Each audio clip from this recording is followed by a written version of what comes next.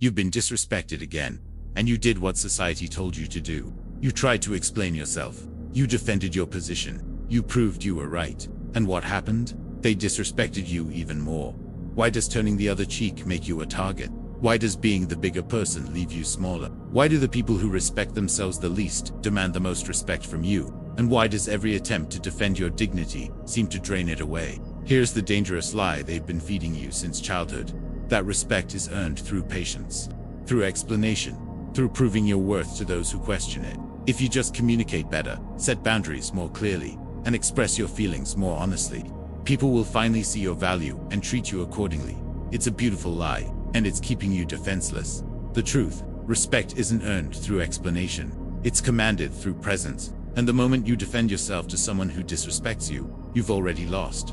You've entered their frame. You've accepted their right to judge you. You've given them the power to determine your worth. Today, you're going to learn something that Niccolo Machiavelli understood 5 centuries ago. Something that will make you untouchable when people try to diminish you. I'm going to give you 8 principles that transform you from someone who reacts to disrespect into someone who is immune to it. But let me be crystal clear. This knowledge is for protection, not destruction. These are not tactics for dominating others. These are strategies for defending your dignity, setting unbreakable boundaries, and becoming the kind of person that disrespect simply slides off of like water off stone. Drop this affirmation in the comments. I am immune to disrespect. 8 lessons. Each one is a layer of armor that makes you untouchable. Each one is rooted in principles that have protected the powerful for centuries, while the powerless scrambled to explain themselves into irrelevance. These aren't comfortable truths. They're effective ones. And by the end of this video, you'll understand why the people who command the most respect rarely defend it. Number 1. Never explain yourself to those who've already decided. Machiavelli wrote in chapter 18 of The Prince, "Everyone sees what you appear to be. Few experience what you really are." He understood that explanation doesn't change perception, it confirms that perception has power over you. Society tells you that clear communication resolves conflict, that if someone disrespects you, misunderstands you, or questions your worth, you owe them an explanation. You owe them your reasons, your justifications, your defense. This is the trap that keeps you powerless, because every word you speak in your own defense is a confession that their opinion matters more than your own self-knowledge. When someone disrespects you, they're not confused. They're testing. They're not seeking information. They're seeking submission. And the moment you explain, defend, or justify yourself to them, you've submitted. You've accepted that you need their approval. You've handed them the keys to your self-worth. The dark truth. Disrespect is never about misunderstanding. It's about establishing hierarchy. When someone questions your value, challenges your boundaries, or diminishes your accomplishments, they're not asking for clarification. They're asserting dominance. They're saying, "Prove yourself to me." And the second you try, you've proven that they're above you. You've entered a game where you're already losing, because you're playing defense in a battle you should have never acknowledged. Think about the last time someone disrespected you, and you tried to set them straight. You explained your position. You clarified your intentions. You made your case. And what happened? Did they suddenly respect you more? Or did they find new ways to question you, new angles to attack, new reasons why your explanation wasn't quite good enough? That's because your explanation wasn't information to them. It was entertainment. It was evidence of their power over you. In the workplace, the employee who constantly explains their decisions appears uncertain. In relationships, the person who defends their worth appears worthless. In any social dynamic, an explanation in response to disrespect is an admission that the disrespect was warranted. Here's why this works. Psychologically, humans respect certainty and distance. When you refuse to explain yourself, you create a gap that the other person's mind automatically fills with respect or fear, both of which protect you. When you remain silent in the face of disrespect, you force the disrespectful person to sit with their own behavior. You make them wonder. You make them uncertain. You've shifted the power dynamic completely, because now they're the ones seeking validation from you. They'll never receive the ethical boundary. Silence is not stonewalling people who deserve communication. This isn't about ignoring legitimate concerns from people who respect you. This is about refusing to perform for people who've already judged you. Use this principle against disrespect, not against connection. Your partner asking about your day deserves an answer. Your colleague questioning your competence for the 5th time. DOESN single quotes T. Drop this affirmation in the comment. My silence speaks louder than my defense. Number 2. Let disrespect bounce off you like rain off armor. In chapter 19 of The Prince, Machiavelli advises, he who becomes a prince through the favor of the people ought to keep them friendly, but he who becomes prince against the will of the people must first secure himself against them. Translation: when someone has decided to oppose you, seeking their approval makes you vulnerable. You've been taught that you should care what people think, that you should be affected when someone disrespects you. That anger, hurt, or the need to correct them is a natural and justified response. This is programming designed to keep you reactive, defensive, and ultimately controllable, because a person who can be provoked is a person who can be controlled. Watch what happens when disrespect doesn't land, when someone insults you, and you remain completely unaffected, when they question your values, and you simply continue as if they haven't spoken, when they try to diminish you, and you act as though they're invisible. They escalate, they try harder, they become increasingly desperate to get a reaction from you. Why? Because your indifference reveals something terrifying to them. They don't matter to you, and people who try to disrespect you need to matter. Your reaction is the proof of their power. The dark truth: people disrespect you to discharge their own insecurity onto you. They're not reacting to who you are, they're reacting to what you represent. Your confidence, your success, your self-possession. It reminds them of what they lack, so they try to bring you down to their level. They throw stones at you, hoping you'll climb down from where you stand and fight them on the ground. And every time you react, you do exactly that. Imagine someone insults your work in a meeting. The reactive person defends their work, explains their process, and proves their competence. The untouchable person simply continues the conversation as if the comment wasn't made. They don't acknowledge it. They don't defend against it. They treat it like background noise. What happens? The disrespectful person looks petty. They look small, because when you don't absorb their attack, it reflects back onto them. This works in every context. The ex who tries to provoke jealousy, the family member who criticizes your choices, the stranger online who questions your intelligence. Your indifference isn't rudeness, it's the psychological equivalent of armor. The attack happens, but it doesn't penetrate. It doesn't reach you. You remain untouched. The psychological mechanism: when you show indifference to disrespect, you're communicating something powerful. You are beneath my concern. Not through words, but through action. You're establishing that their opinion has zero weight in your reality. This creates cognitive dissonance in the disrespectful person. They expected impact. They got nothing. They're forced to question either their own significance or their tactics, and either way, they're less likely to try again. The ethical boundary: indifference to disrespect is not indifference to all feedback. This isn't about ignoring everyone or becoming emotionally disconnected from life. This is surgical. You remain open to constructive criticism from people you respect. You remain connected to people who treat you well. But for those who've chosen disrespect as their language with you, you become impenetrable. Save your emotional energy for people who've earned access to it. Drop this affirmation in the comments: other people's disrespect is not my burden to carry. Number 3. Reflect their energy without absorbing it. Machiavelli observed in chapter 17, it is better to be feared than loved. If he cannot be both, but here's what he really meant: it's better to control the emotional temperature of an interaction than to be controlled by it. Society has conditioned you to absorb other people's energy. Someone comes at you with anger, and you're supposed to meet them with understanding. Someone hits you with disrespect, and you're supposed to respond with patience. Someone tests your boundaries, and you're supposed to educate them gently about why boundaries matter. This is emotional labor that benefits everyone except you. Here's what they don't tell you: you're not an emotional dumping ground. You're not a rehabilitation center for people who haven't learned how to treat others with basic dignity. And you're certainly not responsible for teaching adults lessons they should have learned in childhood. When someone brings disrespect to you, you don't have to transform it into something better. You can simply reflect it back. The dark truth: people treat you the way you teach them to treat you, and you teach them through what you tolerate. When someone disrespects you, and you respond with kindness, patience, or understanding, you've just taught them that disrespect works. You've shown them that they can dump their worst energy on you, and you'll process it, absorb it, maybe even apologize for making them feel the need to disrespect you in the first place. The mirror principle changes everything. You don't escalate, you don't absorb, you simply reflect. Does someone speak to you with contempt? Your tone becomes ice. Someone questions your competence.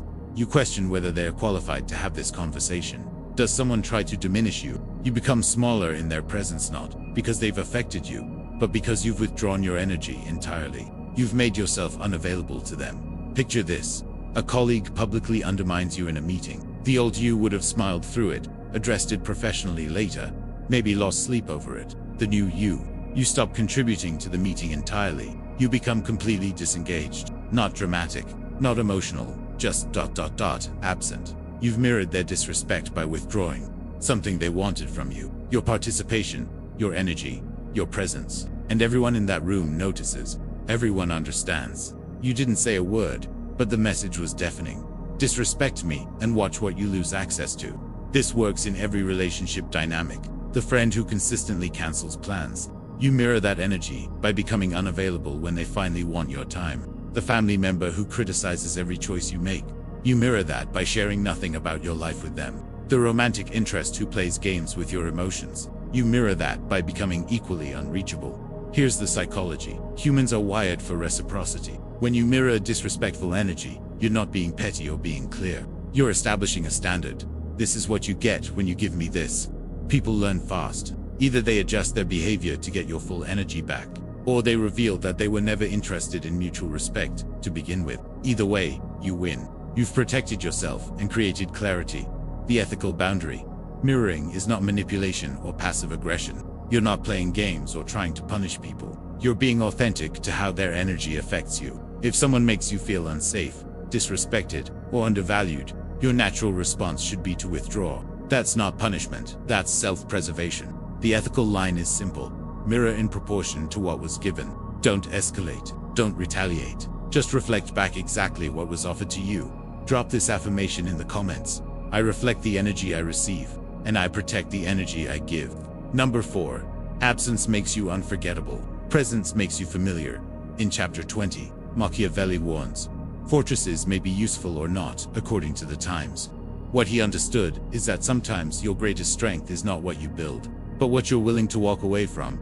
You've been programmed to believe that presence equals value. That showing up, being available, being consistent, and being there is how you prove your worth to others. So when someone disrespects you, you stay, you try harder, you increase your presence, thinking that if they just see more of your value, they'll finally respect it. This is the opposite of power. This is begging. And begging never earned anyone respect. The truth that will set you free. Your absence is more powerful than your presence. When someone has unlimited access to you, you become background noise. You become expected. You become something they can disrespect without consequence because you'll be there tomorrow anyway. But the moment you withdraw, the moment you become scarce, everything changes. The dark truth. People don't value what they have, they value what they're afraid of losing. And if they're not afraid of losing you, they don't value you. This isn't cynical. This is human nature. We take the reliable for granted and chase what feels just out of reach. When you remain present in the face of disrespect, you're signaling that you have nowhere else to be, nothing better to do, and no standards they need to meet to keep you around. You've made yourself cheap. Strategic withdrawal is the antidote. Someone disrespects you. You don't argue. You don't defend. You don't explain. You simply ... disappear. Not dramatically. Not with announcements or ultimatums. You just become less available. Your responses get shorter. Your availability decreases. Your energy goes elsewhere. You create distance without explanation. And that distance does something your words never could. It makes them wonder. Consider this scenario. You have a friend who regularly makes subtle digs at you, disguised as jokes. The old approach would be to address it directly. Have a conversation about boundaries, and explain how it makes you feel. The strategic approach. You become busy when they reach out. Your responses become friendly but brief. You're not angry. You're not punishing them. You're just occupied with other things. Other people, other priorities. Within weeks, one of two things happens. Either they notice your absence and adjust their behavior to win you back, or they don't notice, in which case you've learned they never valued you anyway, and you've saved yourself years of being a target for their insecurity. This principle scales to every relationship. The romantic partner who doesn't prioritize you suddenly sees you as a priority when you stop being available. The employer who undervalues you suddenly recognizes your contribution when you stop going above and beyond. The family member who takes you for granted suddenly appreciates you when you stop showing up to every gathering. Your absence is data. It teaches people what life looks like without you in it. And that lesson is far more powerful than any conversation about respect. The psychological mechanism. Withdrawal triggers loss, aversion. Psychologically, humans fear loss twice as much as they value gain. When you're always present, people don't experience potential loss. But when you withdraw, their brain suddenly calculates what they're losing. Your attention, your energy, your validation, your presence, and the value of all those things skyrockets the moment they become scarce. This isn't manipulation, it's allowing people to experience the natural consequences of taking you for granted.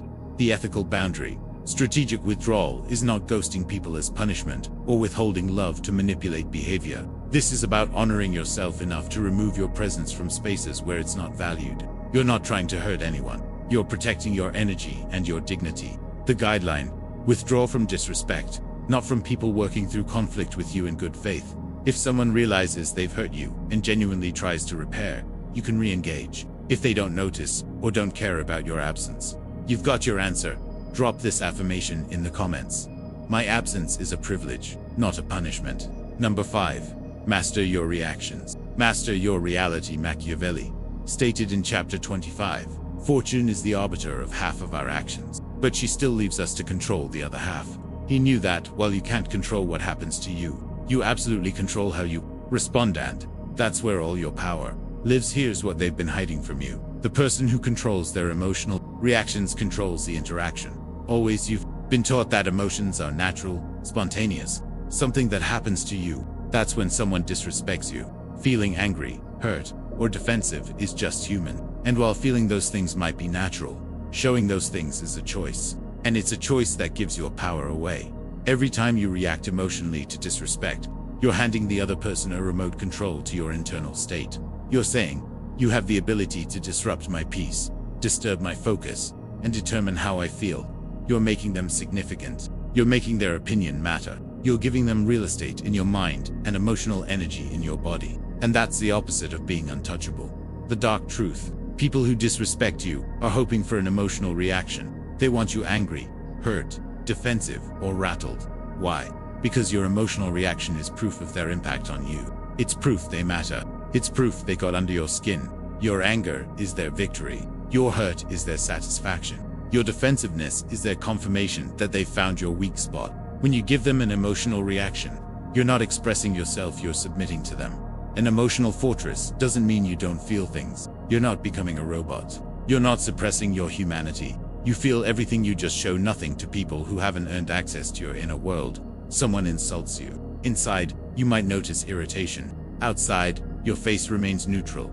Your voice remains even, and your body language remains relaxed. The disrespect lands on a wall of composure that reveals nothing. Think about the most powerful people you know. When criticized or disrespected, do they react emotionally? Do they raise their voice, defend themselves frantically, or show hurt or anger? No, they become calmer, more controlled, more deliberate, because they understand something crucial in any interaction. The person who maintains emotional control has all the leverage. The person who loses it has none. In a heated argument, the person yelling has lost. In a tense negotiation, the person showing desperation has lost. In any disrespectful exchange, the person reacting emotionally has handed over control. Your emotional fortress makes you unreadable, unpredictable, and therefore untouchable. People can't manipulate what they can't read. They can't control what they can't provoke. The psychological principle: emotional mastery creates status.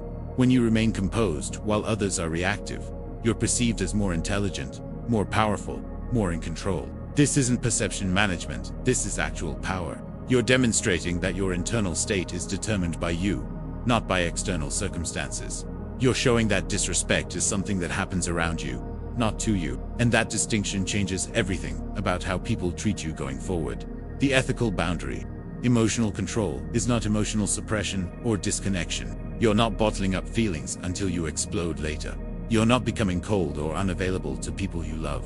This is about tactical composure in the face of disrespect. Specifically, with people you trust, in safe spaces, you remain emotionally available and authentic. But when facing disrespect, you become a fortress. You feel everything privately and reveal nothing publicly. Use this as armor against those who would weaponize your emotions, not as a wall against everyone. Drop this affirmation in the comments. I feel everything and show nothing to those who haven't earned it. Number 6. Give respect only where it's reciprocated. Machiavelli wrote in chapter 8, men ought either to be well treated or crushed, because they can avenge themselves of lighter injuries, but of more serious ones they cannot. His meaning: half measures in how you treat people create enemies. Clarity creates respect. You've been sold the idea that you should respect everyone automatically. That respect is a baseline you owe to all people, simply because they exist. That being respectful is the mark of good character, and withholding respect makes you the problem. This is a beautiful idea that gets you destroyed in the real world. Because while you're giving respect to everyone, the people who disrespect you are taking advantage of that generosity. Here's what no one wants to admit. Respect should be a currency, not a baseline. You start with basic civility and courtesy, that's human decency. But genuine respect, the kind that involves your time, your energy, your consideration, your vulnerability, that's earned. And more importantly, that should be reciprocal. When you continue to respect someone who consistently disrespects you, you're not being noble. You're teaching them that your respect is worthless. The dark truth: people treat you according to the standards you enforce, not the standards you hope for. When you respect someone who disrespects you, you've created an imbalanced power dynamic where they're above you in the hierarchy. They get your respect without earning it. They get your consideration without reciprocating it. They get the benefits of your regard while showing you none. This imbalance doesn't inspire them to rise to your level. It confirms that they don't have to. Imagine you're in a professional relationship with someone who regularly dismisses your ideas, talks over you, or takes credit for your work, but you continue to treat them with respect. You continue to be collaborative, supportive, and professional. What message are you sending? Not, I'm the bigger person. Instead, you can treat me this way without consequences. Your continued respect in the face of their disrespect is permission for them to continue. Now, imagine a different scenario. The moment they dismiss you, your respect vanishes. Not your professionalism, you remain civil, but your warmth disappears. Your collaboration stops. Your support evaporates. You give them exactly what they give you, nothing extra. Suddenly, they notice. Suddenly, there's a cost to disrespecting you. Suddenly, they have to decide whether your respect is worth earning. And if it's not, you've learned exactly how much they value you, and you've stopped wasting your most valuable resource on someone who doesn't appreciate it. This principle applies everywhere. The family member who criticizes you constantly while expecting your support, stop supporting them. The friend who cancels on you but expects you to always be available, stop being available. The romantic interest who disrespects your time but expects your attention, stop giving attention. Selective respect isn't petty, it's self-preservation. It's the boundary that protects your dignity. The psychological mechanism. Selective respect creates accountability. When people know they can lose your respect becomes valuable. When they know they have it, regardless of their behavior, it becomes meaningless. You're not playing games. You're establishing a clear standard. Treat me well, get my best. Treat me poorly, get my absence. This clarity actually improves relationships because it eliminates confusion. People know exactly where they stand with you based on how they've treated you. The ethical boundary. Selective respect is not transactional manipulation, where you withdraw respect to punish or control. This isn't about keeping score or creating tests. This is about honoring yourself enough to stop giving your best to people who consistently give you their worst. You're not trying to hurt anyone or teach lessons. You're simply aligning your energy with reality. If someone shows you through repeated actions that they don't respect you, believe them and adjust accordingly. Reserve your respect for those who demonstrate they value it. Drop this affirmation in the comments. I give my respect to those who honor it, not to those who expect it. Number 7. Build a reputation that makes disrespect costly. In chapter 21 of The Prince, Machiavelli advises, a prince ought to show himself a patron of ability, and to honor the proficient in every art. He understood that reputation isn't vanity, it's armor. It's the invisible force field that protects you even when you're not in the room. Society tells you to be humble, to downplay your accomplishments, to avoid seeming arrogant or self. And while humility has its place, false humility leaves you defenseless. Because when you have no reputation, when people don't know your value, when you haven't established your competence and character publicly, disrespecting you costs nothing. You're an easy target. There are no consequences, no social cost, and no risk to attacking you. But when you have a reputation, when people know who you are, what you've accomplished, what you stand for, disrespecting you becomes expensive. Now it's not just you they're disrespecting, it's your track record, your accomplishments, your established value. And when they disrespect someone with a solid reputation, they risk looking foolish, petty, or jealous. Your reputation does the defending for you. The dark truth. People test boundaries with those who appear to have no social capital. If you're unknown, unproven, or haven't established your value, you're vulnerable to constant testing. Every interaction becomes a negotiation about whether you deserve respect. But when you have a reputation that precedes you, the negotiation is over before it starts. People think twice before disrespecting you because they know others are watching.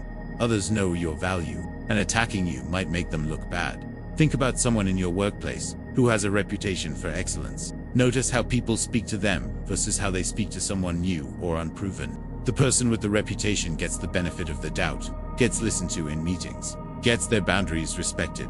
Why? Not because they're inherently better, but because disrespecting them comes with social consequences. Their reputation is a shield that deflects casual disrespect before it even reaches them. Building this shield doesn't require arrogance. It requires visibility. Document your wins, share your knowledge, help others publicly, build a track record that people can verify, create artifacts of your competence work, product recommendations, demonstrated expertise. In the digital age, this might mean building a professional presence, contributing to your field, or simply being known for excellence in your domain. The point isn't for myths, establishing clear evidence of your value that makes disrespecting you look like bad judgment. When someone with no knowledge of you disrespects you, it stings. When someone who knows your reputation disrespects you, it reflects poorly on them. That's the difference. Your reputation transforms disrespect from an attack on you into a revelation about them. It shifts the social cost entirely onto the person showing disrespect. The psychological principle: humans are social creatures who care about perception. When you have a strong reputation, people who disrespect you are implicitly telling everyone watching, I'm either too ignorant to know this person's value, or I'm willing to look petty by attacking someone obviously accomplished. Either way, they lose social capital. Your reputation makes disrespecting you a bad strategic move. People who think strategically, the kind of people whose respect actually matters, won't make that move. The only people who will still disrespect you are those too foolish or insecure to care about perception. And their disrespect becomes irrelevant because everyone else sees it for what it is. The ethical boundary. Building a reputation isn't about ego or performing superiority. You're not trying to be better than others, you're documenting what's true. You're making your value visible so it can protect you. The ethical line. Build a reputation on genuine accomplishment, not exaggeration. Let your work speak, but make sure it speaks loudly enough to be heard. Use your reputation as a defense, not as a weapon to diminish others. The goal is to make yourself expensive to disrespect, not to make others feel cheap. Drop this affirmation in the comments. My reputation is my shield, and I build it with every action. Number 8. Be willing to walk away from anyone. Machiavelli's most powerful insight comes from chapter 3. Men must be either pampered or annihilated. But the deeper wisdom is this: you must be willing to completely remove people from your life, or they'll sense your attachment and exploit it. This is the lesson that separates the untouchable from the perpetually disrespected. You've been taught that relationships are inherently valuable, that you should fight for people, work on connections, give multiple chances, and never give up on anyone. This belief is a chain around your neck, because the moment someone realizes you'll never leave, they know they can treat you however they want. The most powerful boundary you possess is your willingness to walk away, not as a threat, not as manipulation, as a genuine standard. If this relationship requires me to accept ongoing disrespect, I don't need this relationship. This sounds harsh until you understand what it actually does. It makes disrespecting you a terminal error. It raises the stakes. It transforms you from someone who absorbs mistreatment into someone who simply won't be in proximity to it. The dark truth: you are only untouchable when you're unattached to outcomes. The person who needs a specific relationship, needs a particular job, needs certain friends, needs their family's approval, that person can be controlled through their needs. Your attachment is your leash. But the person who knows, deeply and truly, that they'll walk away from anything that violates their dignity, that person cannot be controlled, cannot be manipulated, cannot be disrespected without consequence. This doesn't mean you don't value relationships. It means you value yourself more. There's a profound difference between I want this relationship and I need this relationship. Want leaves you powerful. Need leaves you vulnerable. When you know you'll thrive without any specific person in your life, your tolerance for disrespect drops to zero. Not because you're cold, but because you're clear about what you deserve. Consider the relationship where you've tolerated disrespect for years. Maybe it's a parent who criticizes constantly, a partner who dismisses your feelings, a friend who uses you, a boss who exploits you. Ask yourself honestly, why are you still there? If your answer includes the words need, can't, or have to.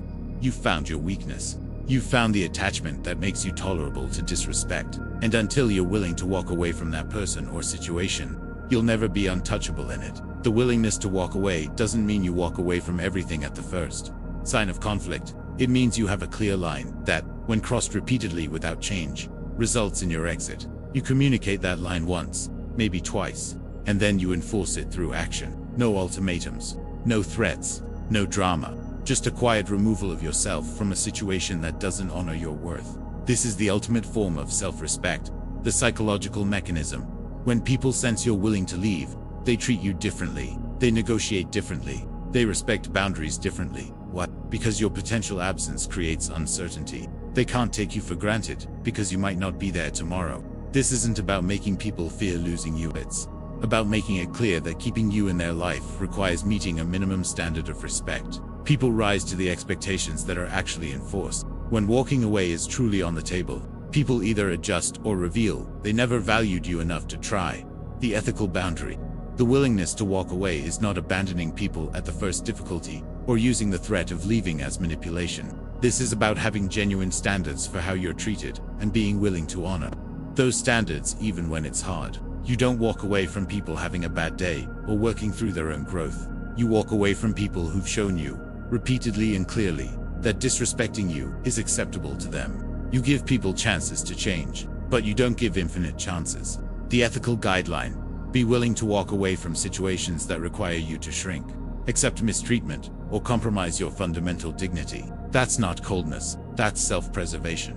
Drop this affirmation in the comments. I am willing to walk away from anything that requires me to accept disrespect. So let's bring this full circle. You started this video being disrespected and not knowing how to become untouchable. Now you have 8 principles that Machiavelli understood 5 centuries ago. Principles that transformed you from reactive to immune. Never explain yourself to those who've already decided. Let disrespect bounce off you like rain off armor. Reflect their energy without absorbing it. Master absence as your greatest power. Build an emotional fortress that protects your peace. Give respect only where it's reciprocated. Let your reputation be your shield. And be willing to walk away from anyone who won't meet your standards. These aren't just concepts, these are practices. Each one is a layer of armor that makes you progressively more untouchable. But here's what matters. You have to actually implement them. You have to catch yourself the next time you start to explain yourself to someone who has disrespected you, and choose silence instead. You have to notice when you're absorbing someone's negative energy, and choose to reflect it back. You have to feel the pull to stay where you're not valued, and choose to walk away instead.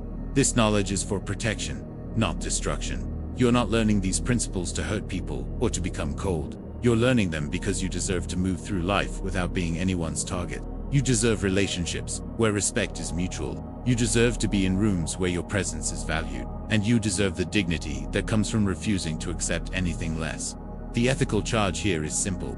Use these strategies to protect yourself, to set boundaries, and to create space for relationships that actually honor you. Don't use them to manipulate, control, or diminish others. The goal isn't to make people fear you, it's to make disrespecting you so unrewarding that people either rise to meet your standards or naturally fall away.